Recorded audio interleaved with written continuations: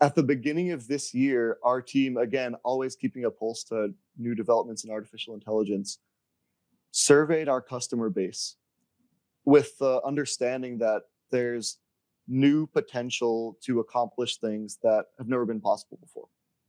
And we asked two questions. And pardon my language, but the first question was, what sucks the most about your practice and your day to day?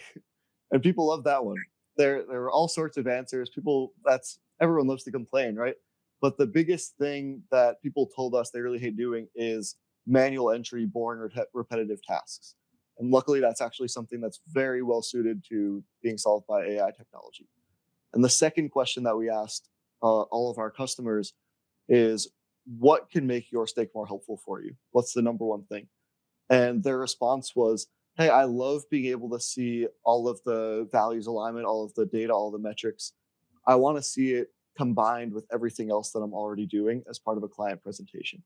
So what we really, really focused on was, how can we eliminate manual entry using this new leap ahead technology in generative AI? And two, how can we provide an experience that has values-based investing as an important component, but also covers all the table stakes that you need to be able to have a good conversation with their client? The risk, the diversification, the return, everything else that exists. So that's how YourStake has evolved